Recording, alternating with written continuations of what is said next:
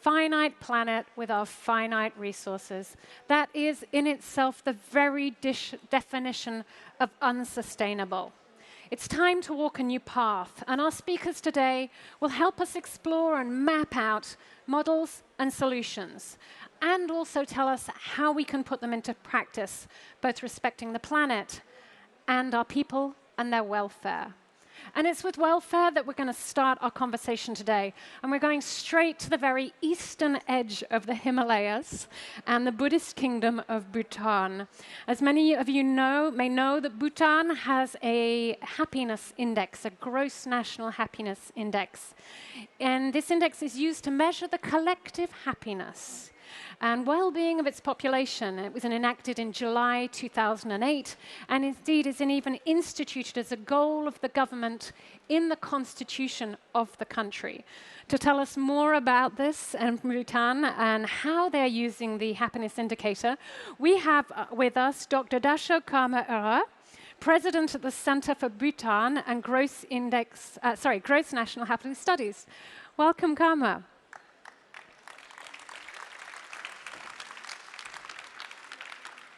Good afternoon. Good afternoon. It's a pleasure to have you with us here at ChangeNOW.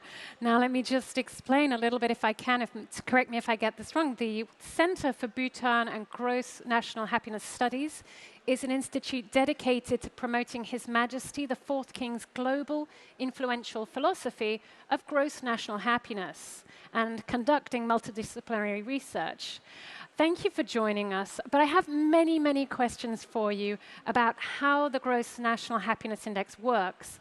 But first of all, can you tell us about how this philosophy, a new indicator, came about? Kristen, you already mentioned that in your introduction,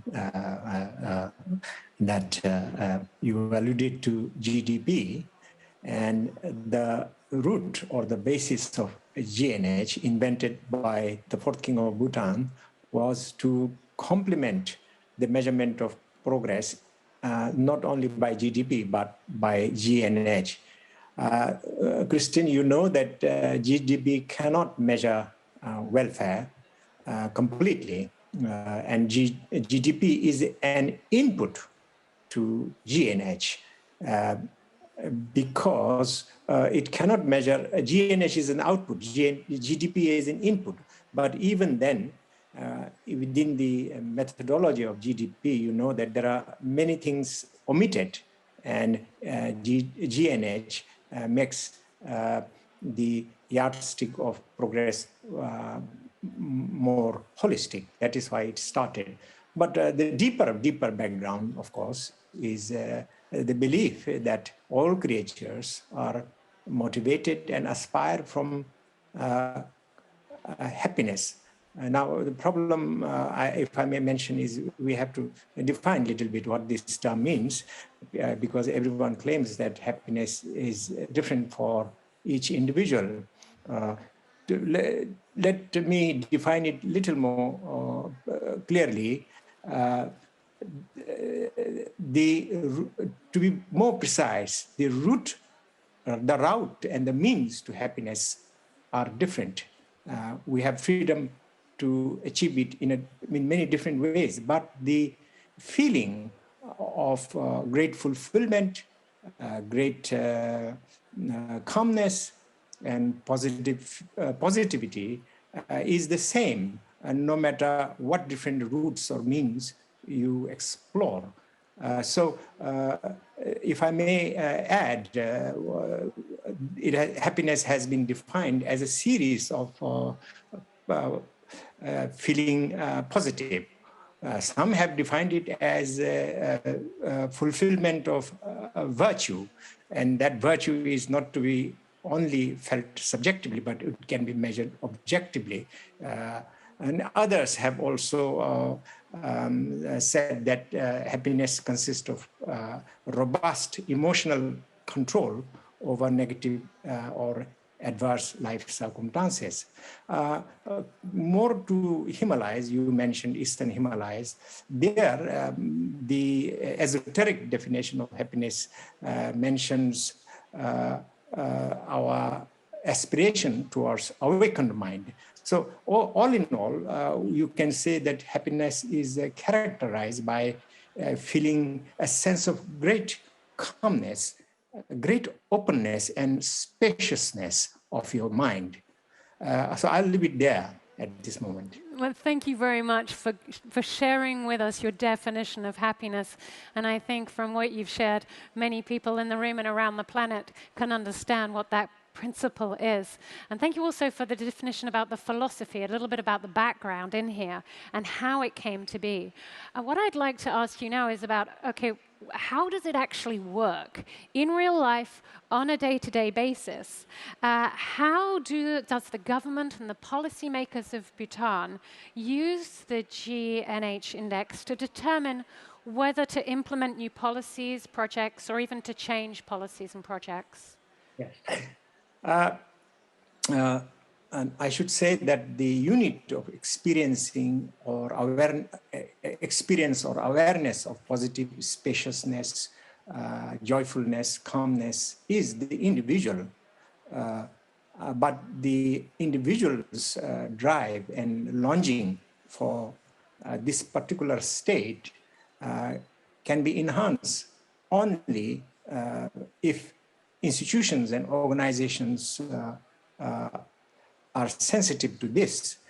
Left alone to the individuals, the chances for achieving are extremely low, I think, and that is probably what is the difficulty or the constraint in many other countries. So we are embarking in Bhutan on a rather different course. So how do we do it, you ask? First of all, it's very important to identify what are the crucial components or ingredients of happiness, comprising of both material and non-material or intangible factors. This is very important because a lot of tangible things are already included in GDP. So we have to add much greater value through GNH by including those things that are left outside of GDP.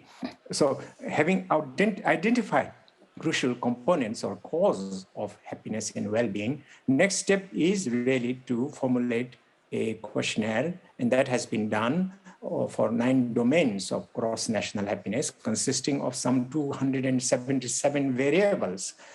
So then we conduct a national survey to find out what is the prevailing condition or status of the people with respect to those 277 variables. Third thing is to, having collected that data, to compute and aggregate it in a statistical way. So a certain methodology is involved. We use the Alkire-Forster method.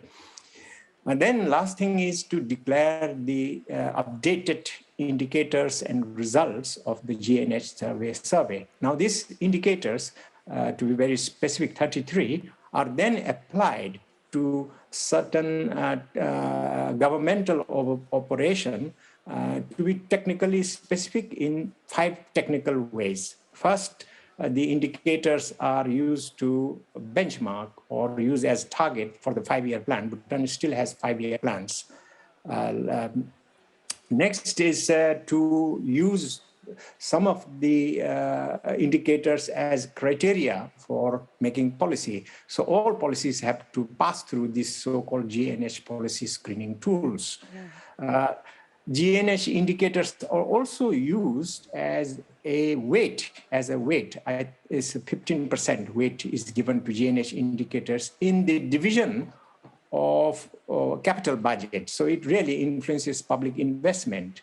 To distribute money to subnational governments in Bhutan, there are 255. So the division of money, capital budget, is determined according to this formula. And the last one I should mention, Kristen, I said that the conference has numerous participants from business sector. So there is a thing called the GNH certification for business. So once again, in this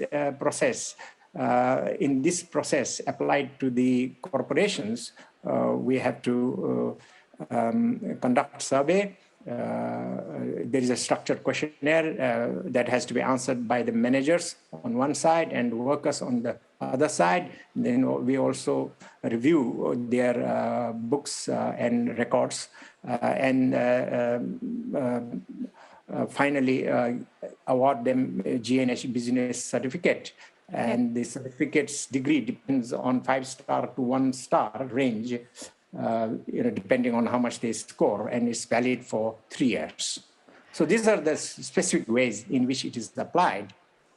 Thank you for that very detailed but very clear summary of what is actually, by the sounds of it, quite a complex process, but that seems to take in both individuals, government, and business. So from your description, I think we can see how all of these elements are pulled in. And 277 indicators. Wow, that's quite a lot. So you've been working with the GNH now for 14 years, okay? Yeah. The first are to take this path as such. So I'm imagining it's been quite a learning journey for you.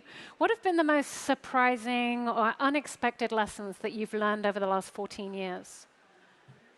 The GNH index and the GNH concept is multidimensional. That means that it scopes or it addresses various spheres of life, from the material to the immaterial, tangible to the intangible.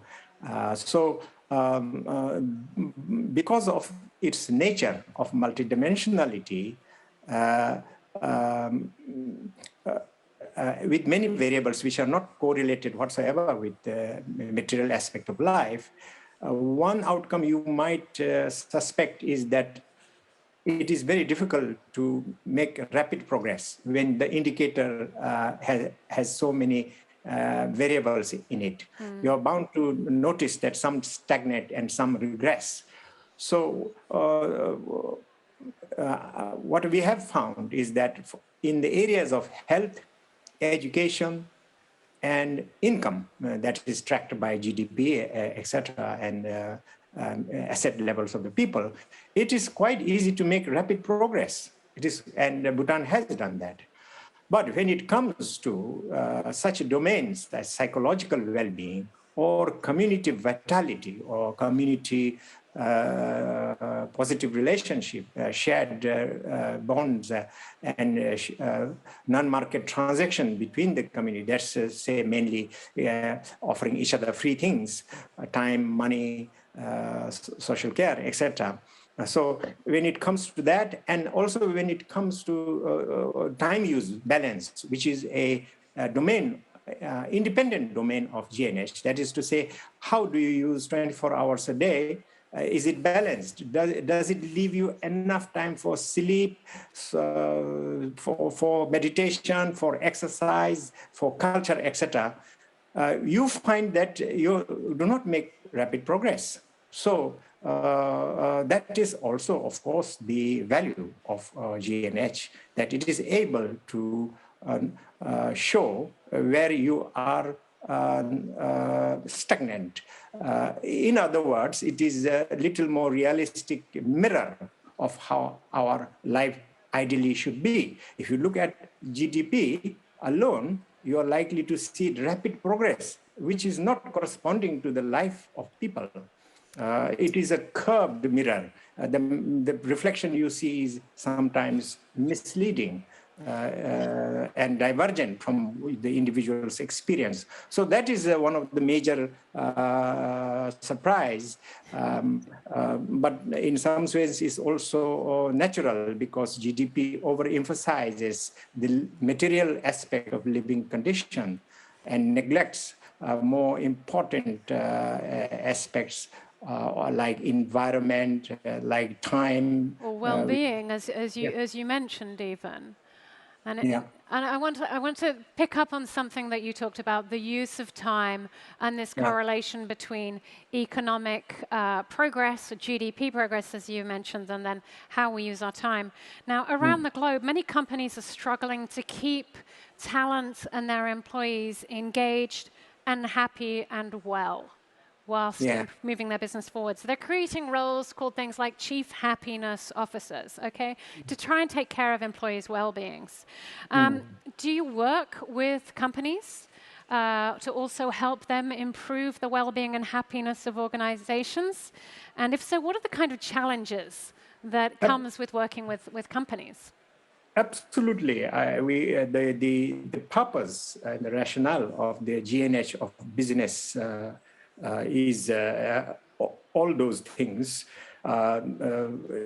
Work, unfortunately, fills our life in a unidimensional way. And the unfortunate effect of that is social disconnection and loneliness at one level, and stress of repetitive task on the other. So those things need to be redressed. Those things need to be redressed. I like to repeat that the GNH business certification we have tried to make it address all those difficulties. Okay, thank you. What would be the one piece of advice that you'd give to an organization that wants to help increase the well-being and happiness of its employees? Have you seen through your work that there is one indicator that has a greater impact than many of the others out there? Well, there are several things, but the individuals, we human beings, even though we may have a lot of money and living standard is good, health is good, still we human beings have grander goals and visions to strive, and we cannot feel absolutely happy in isolation from achievement of these things. And if the organization or the company goal is not really aligned with this individual's deep-seated visions and goal, and what I meant is the company is simply for profit making, and its true purpose is not in alignment with the individual's aspiration, perhaps this will lead to a lot of questioning and anxiety at the base of this worker's existence. Okay. Talking of goals and striving, you've reflected on the past 14 years. You've shared your experiences. You mentioned that you have a 5-year plan. What is the next steps for Bhutan? What are the next goals and challenges that you're striving for in Bhutan with the GNH? Well, the next goals or the goals we have been struggling with is just what we have discussed. That is that, we have to have a parallel or alternative system of measuring progress. And we need to develop tools and criterions for public expenditure, or for companies, besides rate of return, besides cost-benefit analysis, or besides profits. So we are, as you know, facing now no longer the individual's question of happiness. We are really facing collective death of the planet. So we have to do something quite different. At the same time, the people around the world are far short of their dream of living happily and in a fulfilling manner. So we need to limit the economic activities that corrode happiness. And this may be related to problems with time use, problems with community vitality, psychological well-being, and so forth. So these are our continuing struggles, and the signs of turning and the churning in the world are positive, in my opinion. And the conferences that you have organized today is an indication of that. Karma, it's been absolutely wonderful having you here to share with you the experience of the last 14 years, but also to give us a glimpse into the challenges you're currently working on. Thank you so much. It's been a pleasure speaking with you, and thank you for sharing your wisdom. We will be watching Bhutan closely and following in your footsteps, I hope. Thank you. Take care. Great honor. Thank you.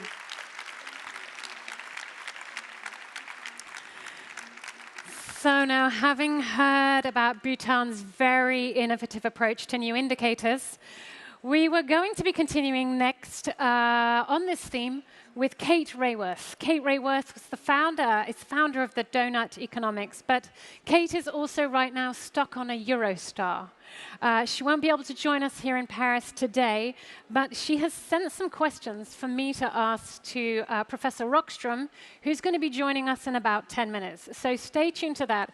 Also, Kate will be opening here on the Gaia stage tomorrow morning at 9:30, so you can catch Kate then. But now I'm going to welcome up my next guest, Michael Green, the CEO of the Social Progress Imperative. Michael, he's here in person in Paris. Come and join us.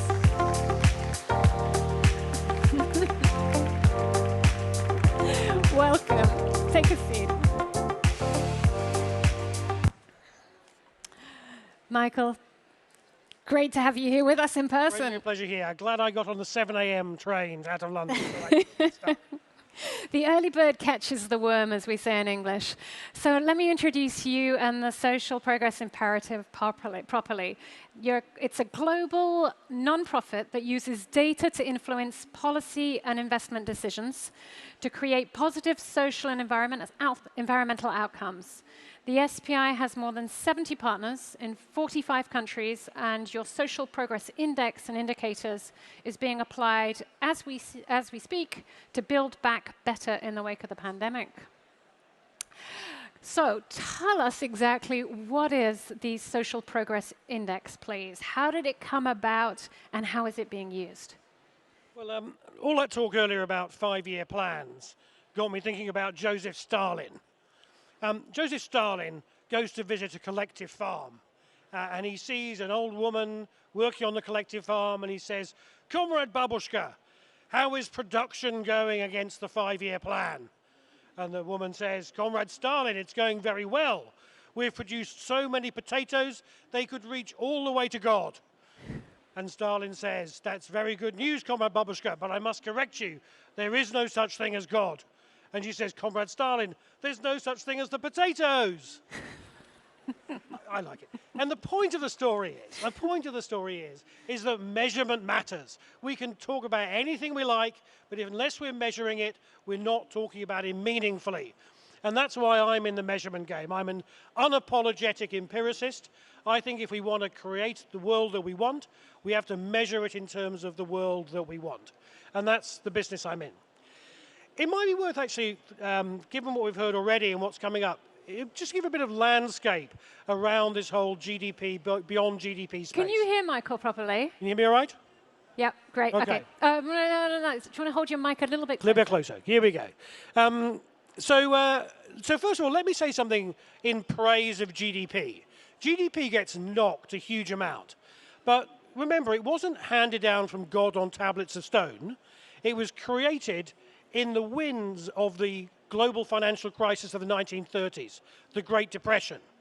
And it was part of a real fundamental shift in how we thought about economic policy. Before then, the main objective of economic policy was what was known as sound finance, protecting the value of currencies against gold. And to protect the value of your currency, you would basically do anything to your population, impose recession, unemployment, whatever. So the GDP revolution of the 1930s was about saying, no, actually growing the pie so that people aren't thrown into poverty, aren't thrown into unemployment, really matters. And that was a really important positive shift. And I think we must remember that.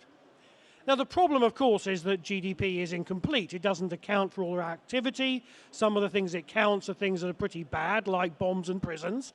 And there are plenty of things it doesn't account for, like other impacts on our lives, environmentally or socially, etc. So GDP is positive, is a useful tool, but it's an incomplete tool. And so what we've realized is that GDP has helped our world lift hundreds of millions of people out of poverty. It's improved prosperity, but it's also had costs, and it's limited. And therefore, we're in the kind of beyond GDP space trying to find better solutions. So one way you can deal with that is by trying to adjust GDP. And there's a whole body of very respectable work on adjusting national income accounting, and I really recommend it to all of you who want to go to sleep at night, because it's incredibly boring. But it's very valuable. But that's not what we're doing. There's another space which is to say, well, how can we tweak our model with some complementary measures? And one of which, of course, is the godfather of this, is the UN's Human Development Index. That was created about 30 years ago, creating a composite measure of human development that includes a little bit of GDP, some health, and some education metrics.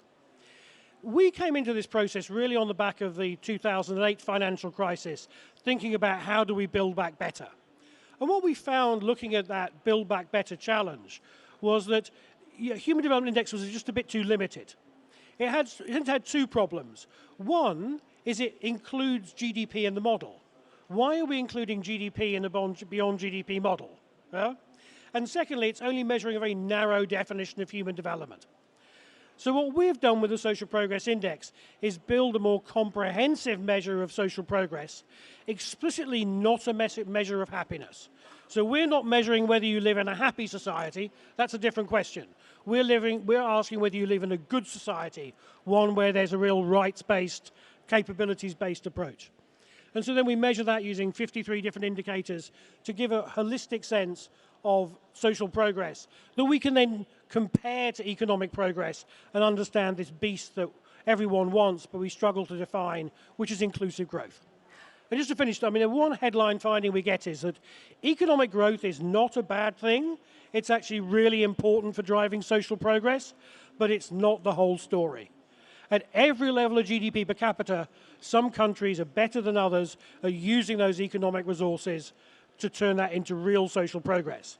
And that means there are opportunities we can harness to do that. Okay, thank you. So let me just recap here. Bhutan, G&H, 277 indicators plus GDP. I think that was Karma said earlier. And you're saying, so SPI is 57 indicators, did you mention?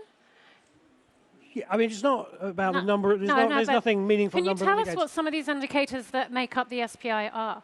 So what we do is we say that essentially a good society is one that does three basic things.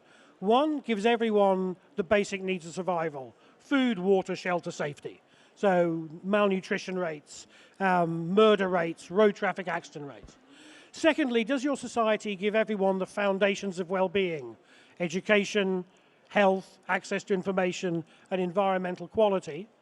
And then thirdly, does it give you opportunity in terms of rights and freedoms and access to advanced education? So those are the things that we pull together into that framework.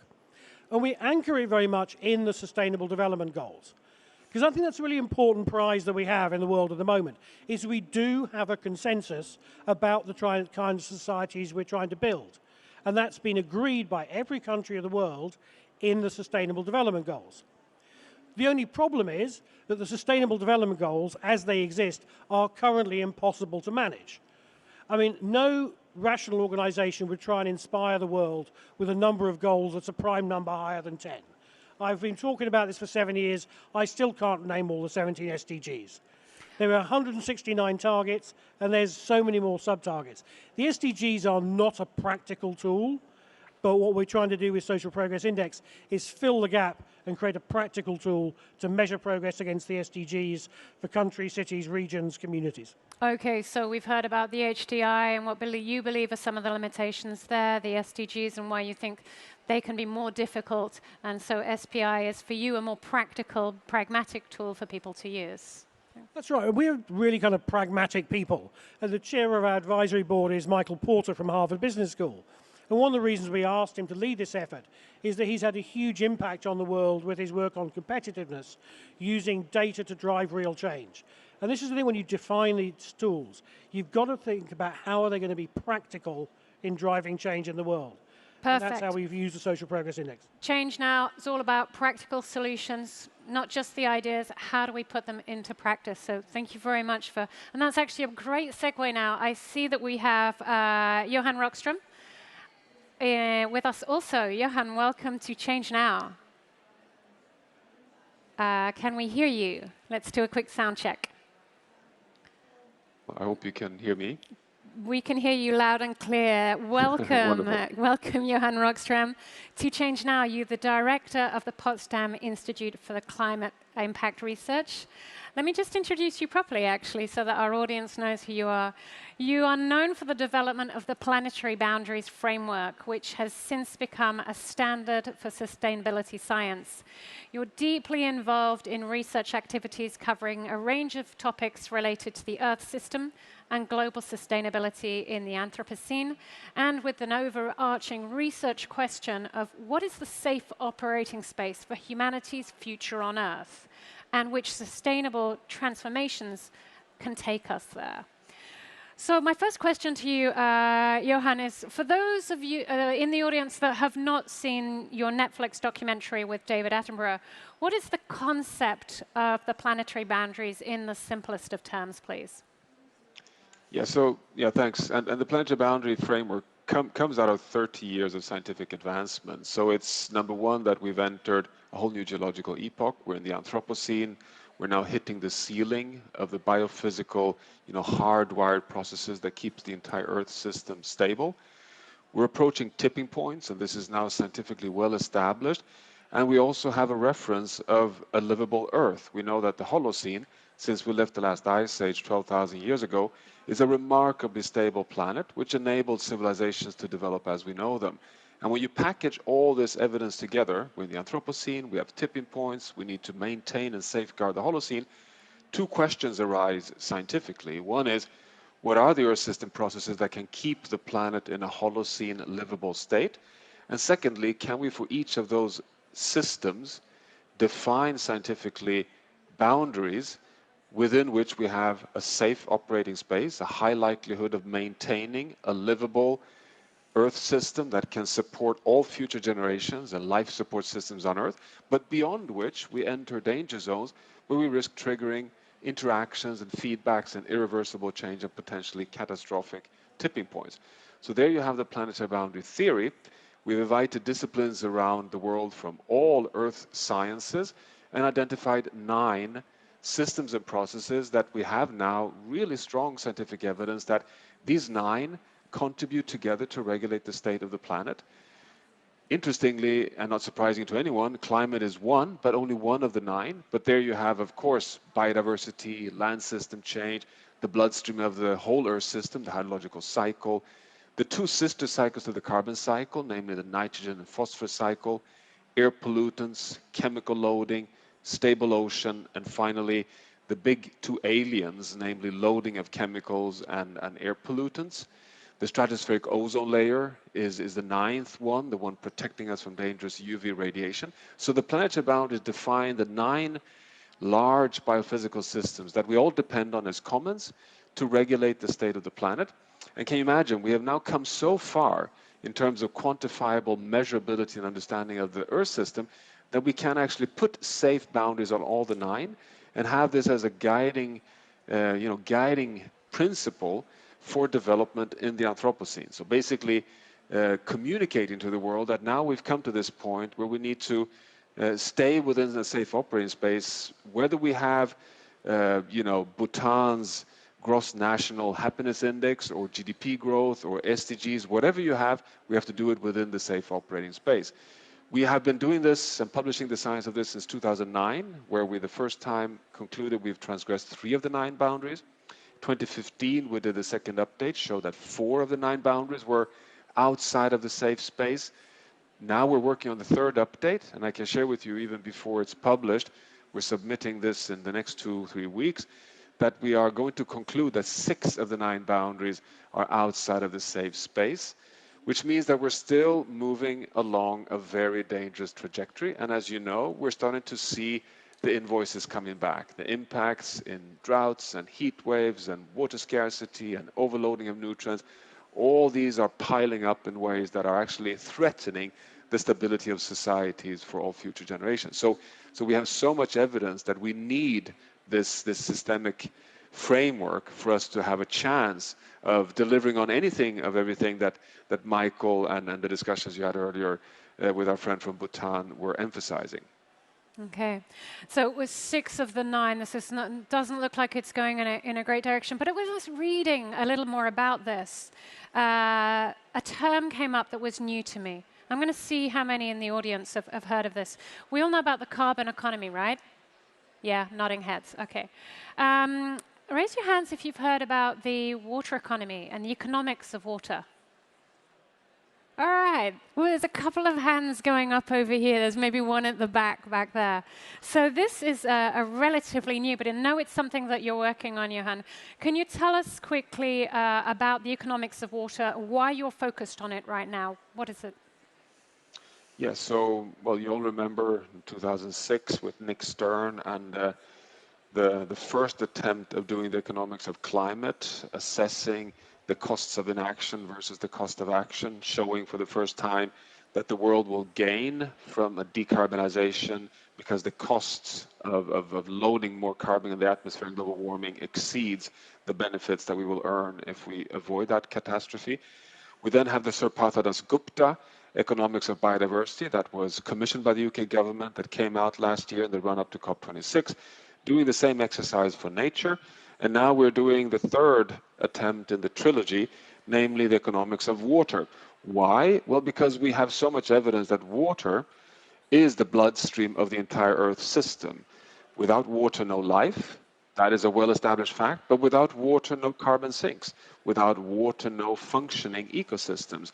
Without fresh water, we would not have the living biosphere as it delivers all the natural capital into our economies and our lives. So now we'd like to take all our knowledge in both the natural sciences and the social sciences and economics into a new economics on water, and really placing water not only as a natural capital, but as a commons that we all depend on.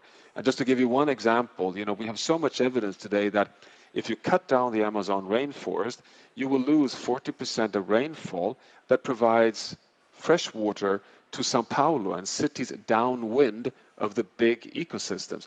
This is, of course, a tremendous economic asset, making many of our urban areas and industries functioning in the first place. We put no value to this. It's as if it's just a free good. Now is the time to put an economic value also on what we call the green water, the water that is in the soils, that evaporate, that gives us rainfall, not only the blue water, which is the water which is in the dams and in the lakes and the groundwater. So now is the time for a full integrated approach. I think it's really interesting what you've just described there. In fact, because we talked about being on a learning journey with Bhutan and their years of experience, but what I hear from you is that also we're on a learning journey here about what are the indicators that we need to be looking at in order to make sure that we're actually doing good for our planet. Continuing on the theme of indicators and data, our society is more data literate than ever. We need data now to make decisions. We're doing more decisions, thankfully, more science-based and fact-based decision-making. But sometimes we struggle to take note of the science and to understand it and to use that data. So to both of you, I'm going to come to you first, Michael. What types of indicators are easiest for us to consume? And in fact, is there an indicator that shows how we're doing pretty well for both our economy, the environment, and for people? Is there one single indicator we can keep an eye on that's good for showing us across all of these areas? maybe I'd come at this by saying, yeah, I'm an optimist about the world because I think the watchword of Barack Obama when he was president of the United States was don't do stupid shit. And I think there's so much we can achieve if we don't do stupid shit. And I think what Johan's analysis and what he just said has brilliantly demonstrated is that if we keep pushing past these planetary boundaries, that really is dumb. And that actually the challenge in data is about how do we present those choices clearly to the people with the power to make decisions. So I don't think there's one metric, and I think we also have to recognize there's about trade-offs between different things. And this is why we've got to have a conversation about economic prosperity, social progress, and sustainability, and talk about how they interact, but in very clear ways so we see what those choices are. And by saying, if we persist with the choices that we have, with an economic system that we have, it's going to deliver poorly for people in the short term, it's going to deliver poorly for the planet in the medium term, and it's going to destroy us all in the long term. If we can really get that clear to people, then I think that helps us to make the choices. Okay, certainly there's not just about watching just one thing. There are clearly more indicators even coming up onto our radar. And I know when we spoke a little earlier, you mentioned about air pollution and this being something that we can see that can have an impact on us as humans, but also our environment and also our economy. Let me come across to Johan and ask the same sort of question. Do you think one or two indicators that we need to be particularly focused on right now, or is it just a case of watching all of the red lights on our dashboard? Well, as Michael pointed out earlier, you should never go beyond 10, and we have 9 planetary boundaries, so we should be able to keep them all in full attention. But if you force me to try and kind of really target in on the most urgent foci, I would say that climate and biodiversity are the two, core boundaries. They are the ones that manifest themselves after having done everything either right or wrong. It's as Michael says, if we push the water cycle too far, land degradation too far, eutrophying too far, polluting too far, it all translates in the end to whether we have or don't have a stable climate, and it translates to whether we have or don't have living species in our ecosystems. So if you want to keep an eye on the highest level indicators for a healthy planet, it is number of species on the planet and functioning ecosystems, and it's the temperature on Earth. And that, I think, would be, in my mind, the guide, because we've come to this point, and it's very difficult for people to understand, but the ultimate definition of justice today is a stable planet, to hand over to our children an equally livable planet as the one that I was born on. That is a question we've never had to consider before. Now we are obliged to do it, and these are the two indicators. Okay. Nature and climate. Nature and climate, thank you. Now, again, as I said, we're becoming more data literate, but we still struggle. There's so much data out there. Have either of you seen good examples of the way that data is presented in a way that can make it more easy for us to consume and therefore act on these indicators? Johan? Well, to begin with, I fully agree with you, Kristen, that we've come so far on being data literate, and it's just remarkable if you just think of the Global Forest Watch and the Ocean Health Index and all the Earth observations. Just look at the Google Earth engine, planet.com. I could go on for a long time just to sum up the fact that we are now able in real time to observe every square meter on planet Earth and communicate it through digital means to essentially every nation in the world, if not every individual in the world. So of course, this is a fantastic step forward. Our challenge is to use this in a wise way, to translate it in ways that can mean something for citizens, but also be effective in the economy. Because I so much agree with Michael here that we have this enormous gap between all the knowledge we have on diagnostic and risks, and not translating it into the economy, into really getting away from this your Barack Obama quote of doing just stupid shit. And I think this is still the bridge to walk over, and that is not a data bridge. It's a bridge of insight and serious leadership.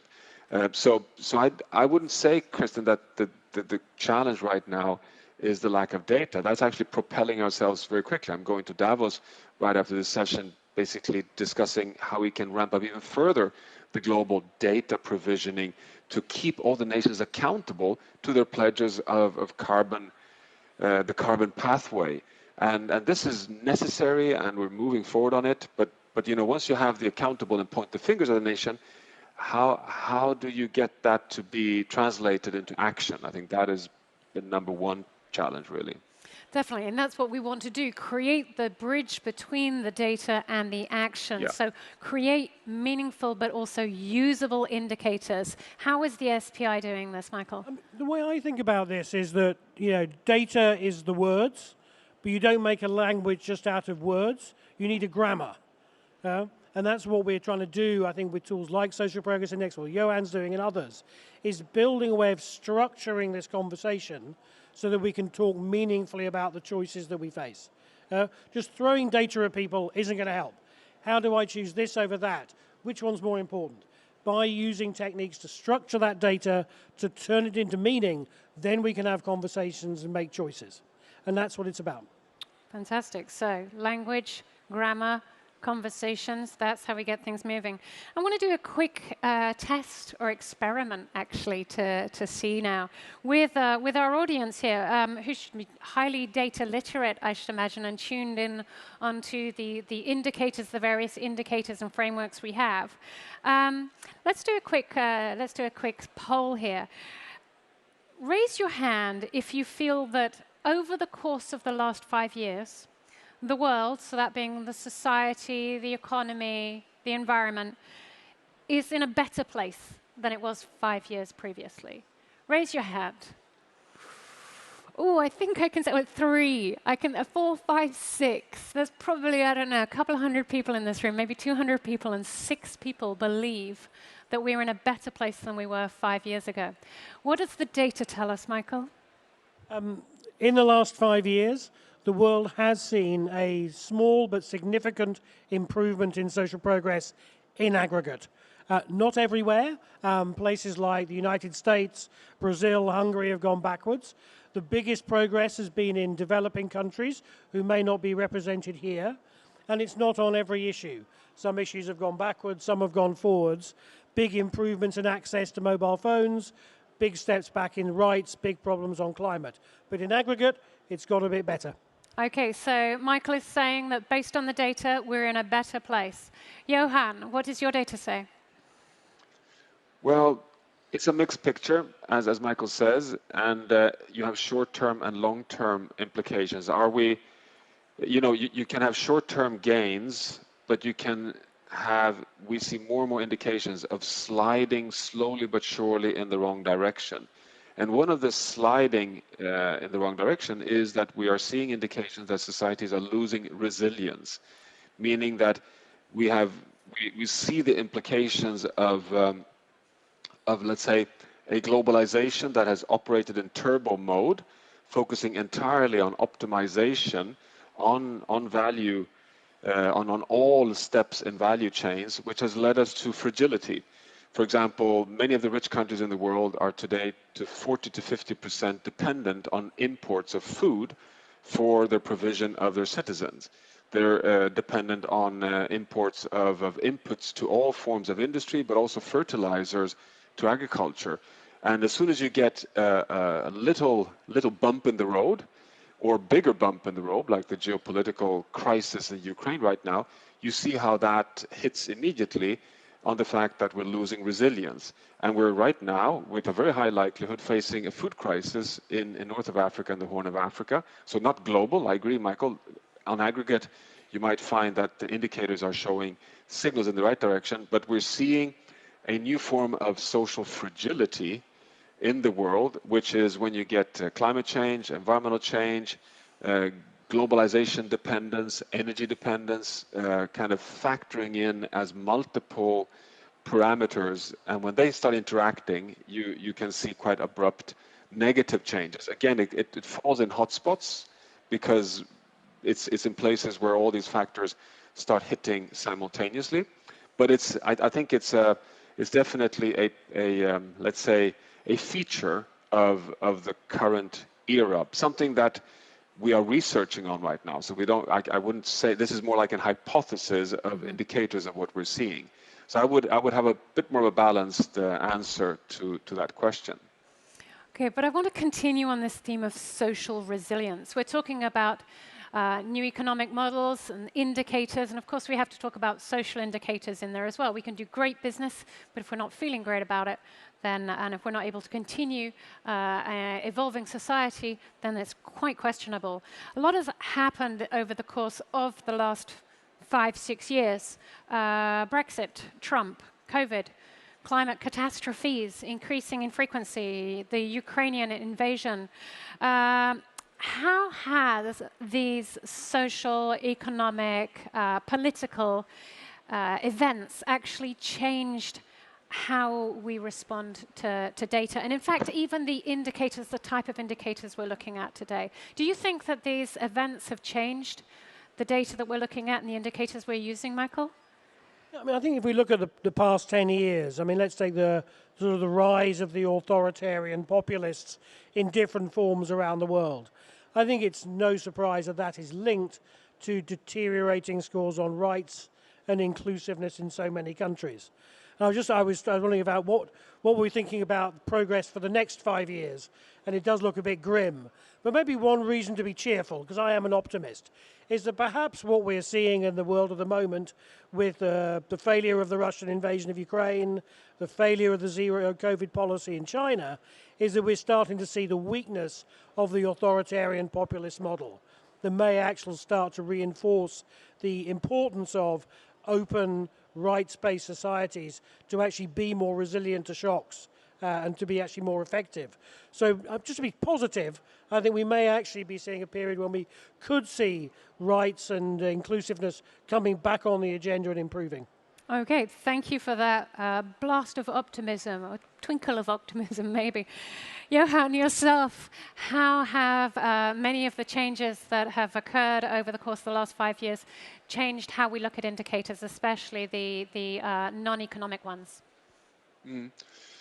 Yeah, I mean, we've gone through quite a gauntlet the last few years, and we're in the midst of a very turbulent phase right as we speak. I will, in this case, actually take on quite an optimistic view as well, because in all the debates, in all the criticism, which has many times been very well founded in how we handle the pandemic, I think there's a very profound lesson learned from the pandemic, because it is a global shock. It is a manifestation of the Anthropocene. Something goes wrong in one little spot on one corner of the planet in Wuhan in China, and it propels into a global crisis, and the whole world economy shuts down, and people are hit. Now I think the numbers are up at 15 million dead. So, and we rise as one world community, and we're able to abruptly, in a very, very systematic fashion, shift very significantly our behaviors. And I think that is a proof that we are really a connected world on a very small planet, and that we can be stewards of the entire system. We've never believed that before. We've always thought that this is a very big Earth system with a small world. But in fact, I think we've now recognized that we can impact the whole system, and we can be impacted by the whole system, and we have to manage the whole system. That, to me, is a huge step forward. And we see it now with Ukraine as well. I mean, the Ukraine is one war, but it's propelling and spilling over as a whole new world order, even. And I think climate change, for example, is in par with these crises to begin with, but it's also in par with the maturity across the world in terms of action. And I can see that we are learning of how to, whether we like it or not, to recognize the need for global governance. That the planet on top of your heads here in this session means something, and I think it means something really in terms of behavior and perceptions and priorities, and that is what we're starting to see. Okay, let me now validate that with our audience and see what they feel and are seeing 5 years into the future, raise your hand if you believe we'll be in a better situation than we are today. Okay, good. I've got some wonderful, Professor Rockström, you can't see this, but definitely more hands went up. Hands up again, I'm going to do a quick count. Yeah. Like about 40%, 40 to 50% of the audience here raised their hands.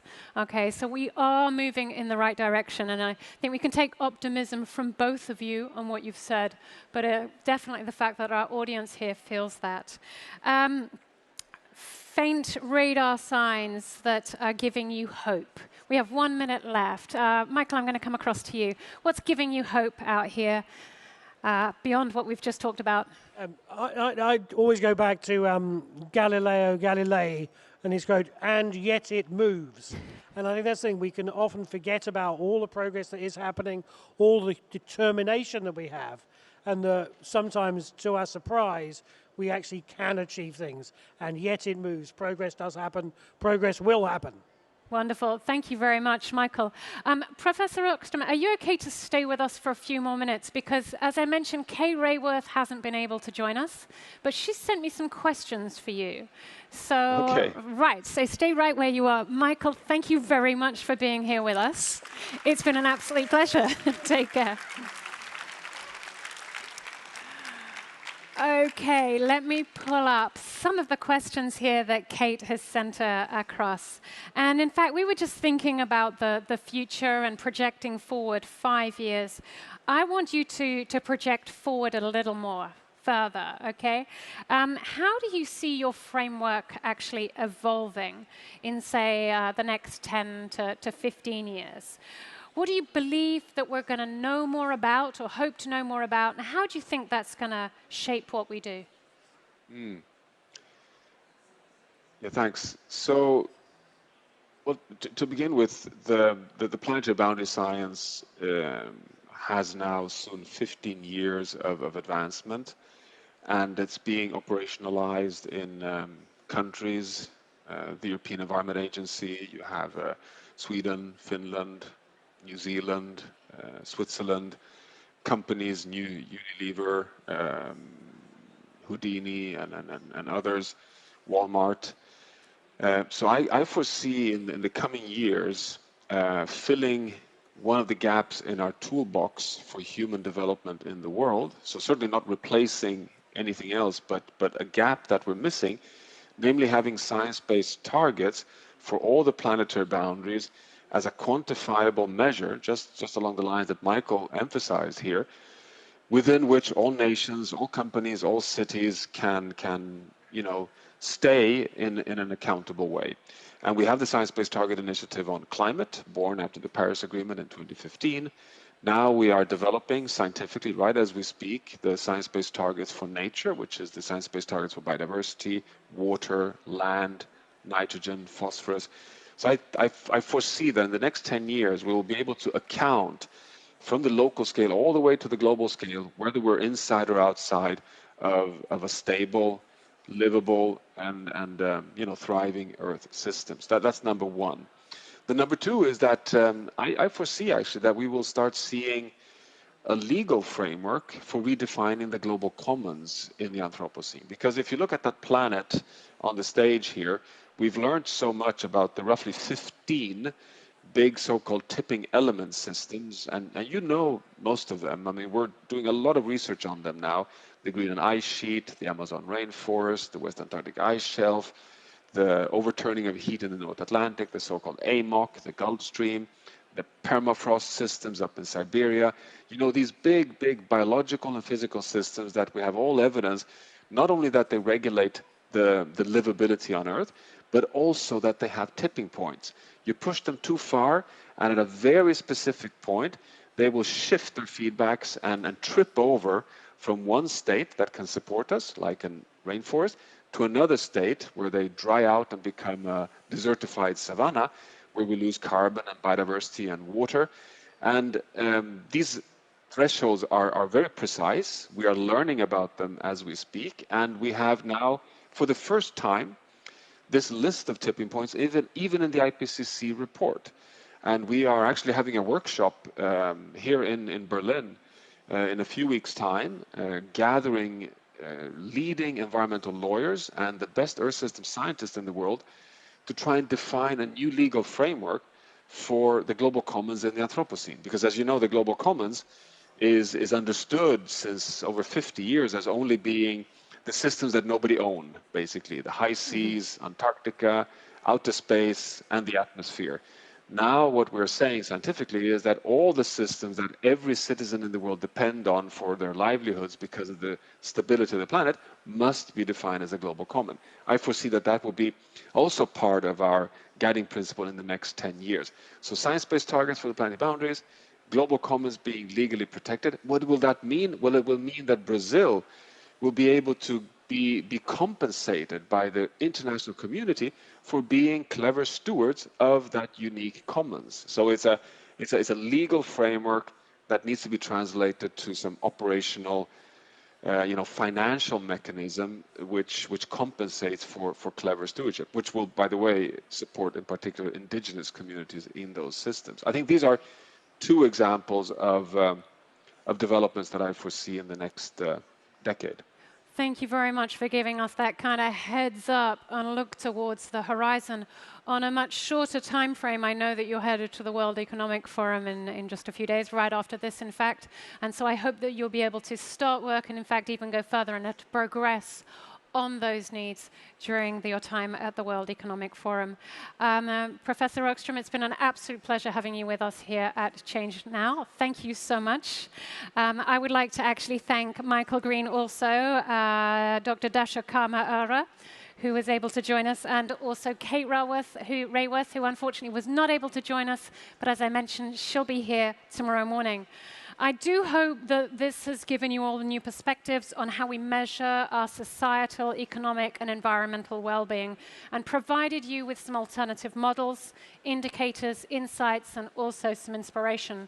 Whilst it's clear that the GDP and the stock market will remain part of the business news headlines, I hope that in the mornings coming up, we may soon be able to hear acronyms like GNH, SPI over our breakfast and then the news bulletins. Thank you very much, everyone. Thank you. Goodbye.